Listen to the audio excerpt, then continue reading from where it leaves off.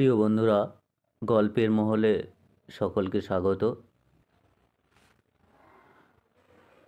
প্রিয় বন্ধুরা, আজ আমরা নারায়ণ গঙ্গোপাধ্যায়ের টেনিদার গল্প সমগ্র থেকে ভীষণ একটি মজার গল্প তোমাদের শোনাবো। গল্পের নাম চলমান জুতো। তো চলো শুরু করা যাক। কি যে বিতিকিচ্ছিরি ঝামেলা! ভূত নয়, তবু কেমন ভূতের ভয় ধরিয়ে দিল হতচ্ছাড়া ঝন্টুরাম। আধ ঘন্টা ধরে বুকের কাঁপুনি আর থামতেই চায় না। গোবর টোবর মেখে টেনিদা উঠে দাঁড়ালো।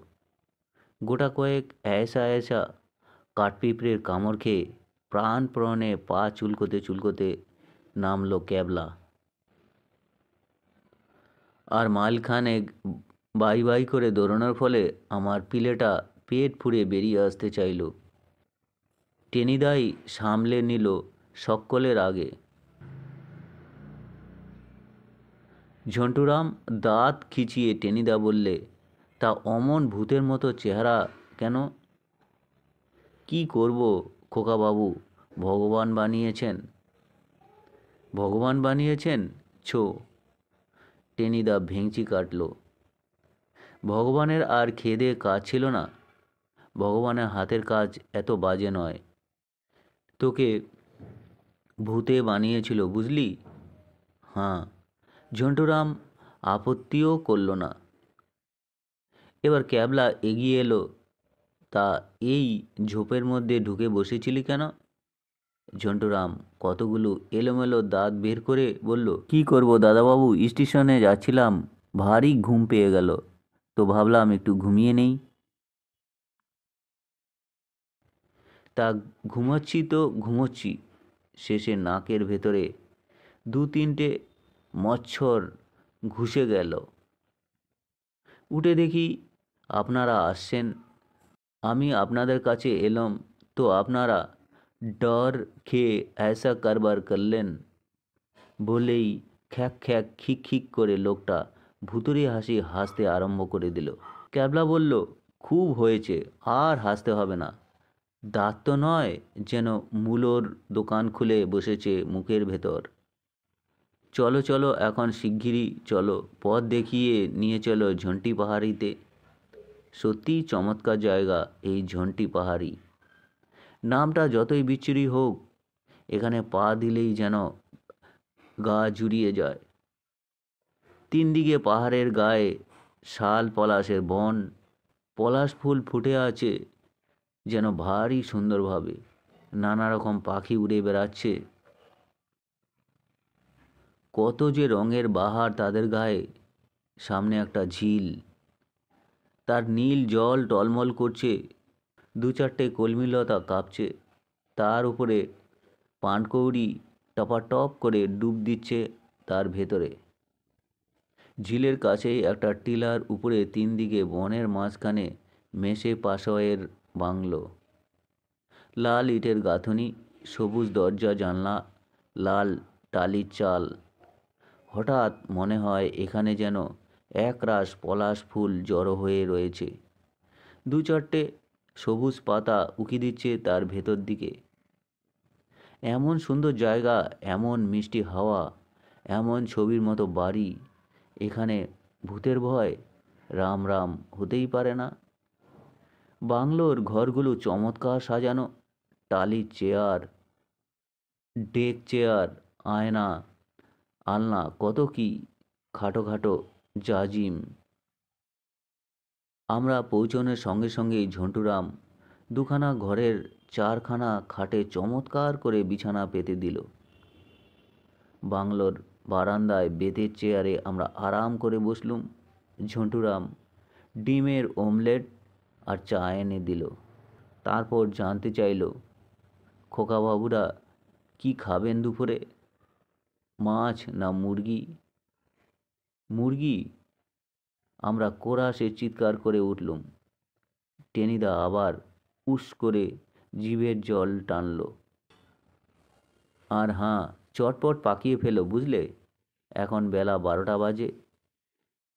পেটে ব্রহ্মা খাই খাই করছেন। আর তো বেশি দেরি করলে চেয়ার টেবিলেই খেতে আরম্ভ করব বলে দিচ্ছি। হ, তুমি তা পারবা, হাবুল সেন ঠুকে দিল। কি কি কি বললি হাবুল? না না, আমি কিছু কই নাই, হাবুল সামলে দিলে। কইতেছিলাম ঝন্টু খুব তাড়াতাড়ি রাঁধতে পারবে। ঝন্টুরাম চলে গেল। টেনিদা বললে, চেহারাটা যাচ্ছে তাই হলে কি হয়, ঝন্টুরাম লোকটা খুব ভালো না রে? আমি বললাম, হ্যাঁ, যত্ন খাতির করছে। রোজ যদি মুরগি টুরগি খাওয়ায় 7 দিনে আমরা লাল হয়ে উঠব। টেনিদা চোখ পাকিয়ে বলল, আর লাল হয়ে কাজ নেই তোর। তুই রোগে ভুগিস, বাসক পাতার রস দিয়ে কবিরাজি বড়ি খাস, তোর এসব বেশি সইবে না। কাল থেকে তোর জন্য কাঁচা কলা আর গাঁদাল পাতার ঝোল বরাদ্দ করে দেব। আমি বেজার হয়ে বললুম, আচ্ছা আচ্ছা, সেজন্য তোমার ভাবতে হবে না। গাঁদালের ঝোল খেতে বয়ে গেছে আমার, আমি তো মুরগি খেয়েই ছাড়ব।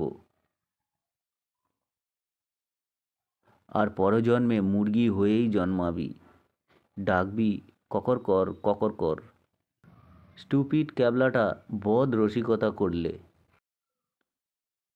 আমি বেদম চোটে বসে বসে নাক চুলকাতে লাগলাম। খেতে খেতে 2টো বাজলো। আহা, ঝন্টুর রান্না তো নয়, যেন অমৃত। পেটে পড়তেই যেন ঘুম জড়িয়ে এলো চোখে। রাতে ট্রেনের ধকলও গিয়েছিল, সেটাও কম নয়। নরম বিছানায় গা ঢালতেই আমাদের মাঝরাত্রির। বিকেলের চা নিয়ে এসে ঝন্টুরাম যখন আমাদের ডেকে তুলল, পাহাড়ের ওপারে তখন সূর্য ডুবে গেছে। শাল পলাশের বন কালো হয়ে এসেছে, শীষের মতো রং ধরেছে ঝিলের জলে।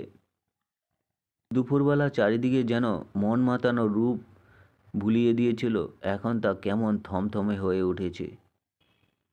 ঝাঝা করে ঝিঝির ডাক উঠেছে ঝোপ ফার আর বাংলোর পেছনের বন থেকে। আমাদের প্ল্যান ছিল ঝিলের ধারে বিকেলে মন খুলে বেড়ানো যাবে, কিন্তু এখন যেন কেমন ছমছম করে উঠল শরীর। মনে পড়ে গেল কলকাতার পথে পথে বাড়িতে বাড়িতে এখন ঝলমলে আলো জ্বলে উঠেছে, ভিড় জমেছে সিনেমার সামনে। আর এখন এখানে জমেছে কালো রাত। ক্রমাগত বেড়ে চলেছে ঝিঝির চিৎকার, একটা চাপা আতঙ্কের মতো কি যেন ছড়িয়ে যাচ্ছে আশেপাশে। বারান্দায় বসে আমরা গল্প করার চেষ্টা করলুম, কিন্তু ঠিক জমতে চাইল না। ঝন্টুরাম একটা লণ্ঠন জেলে দিয়ে গেল আমাদের সামনে, আর তাতেই চারিদিকের অন্ধকারটা কালো মনে হতে লাগলো। শেষ পর্যন্ত টেনিদা বললে, আয় আমরা গান গাই। ক্যাবলা বললে, সেটা মন্দ নয়, এসো কোরাস ধরি। বলেই চিৎকার করে তারা আরম্ভ করলো। আর বলতে হবে না, সঙ্গে সঙ্গে আমরা 3 জনে গলা জোরে দিলুম। সে কি গান! আমাদের 4 জনের গলায় সমান চাচা ছোলা। টেনিদার তো কথাই নেই। একবার টেনিদা নাকি এসা কীর্তন ধরেছিল যে তার প্রথম কলি শুনেই চাটুর্যের পোষা কোকিলগুলো অবস্থা কাহিল হয়ে গিয়েছিল। আমরা এমনই গান আরম্ভ করে দিলুম যে ঝন্টুরাম পর্যন্ত ভ্যাবাচাকা খেয়ে ছুটে গেল। আমরা বোধহয় সবাই একটাই কথাই ভাবছিলুম, ঝন্টি পাহাড়ের বাংলোতে যদি ভূত থাকে তবু এ গান তাকে বেশিক্ষণ সইতে হবে না, আপনি ঊর্ধ্বশ্বাসে ছুটে পালাবে এখান থেকে। কিন্তু সেই রাত্রে আমি আর ক্যাবলা এক ঘরে শুয়েছি, পাশের ঘরে হাবলু সেন আর টেনিদা। একটা লণ্ঠন আমাদের ঘরে মিটমিট করছে। ঘরের চেয়ার টেবিল আয়নাগুলো কেমন অদ্ভুত মূর্তি নিয়ে দাঁড়িয়ে আছে যেন। ভয়টা আমাদের বুকের ভিতরে চেপে বসলো। অনেকক্ষণ বিছানায় আমি এপাশ ওপাশ করতে থাকলুম। কান পেতে শুনলুম টেনিদার নাকে সারেগামার মতো 7টা সুর বাজছে। কাচের জানালা দিয়ে দেখলুম বাইরে কালো পাহাড়ের মাথায় একরাশ জ্বলজ্বলে তারা। তারপর কখন যেন ঘুমিয়ে গেছি। হঠাৎ খুটখুট খটাত খটাত চমকে জেগে উঠলাম। কে যেন হাঁটছে। কোথায়? এ ঘরের মধ্যেই। যেন পায়ে বুট পরে কে চলে বেড়াচ্ছে ঘরের ভেতরে। হাত বাড়িয়ে লণ্ঠনটা বাড়িয়ে দিলুম। না, ঘরে তো কেউই নেই, কিচ্ছু নেই। তবু সেই জুতোর আওয়াজ। কেউ হাঁটছে, নিঘাত হাঁটছে। খুটখুট খটাত খটাত। আমি চেঁচিয়ে উঠলাম, ক্যাবলা! ক্যাবলা লাফিয়ে উঠল। কি হয়েছে? কে যেন হাঁটছে ঘরের ভেতর। কি গোয়ার গোবিন্দ এই পুচকে ক্যাবলা!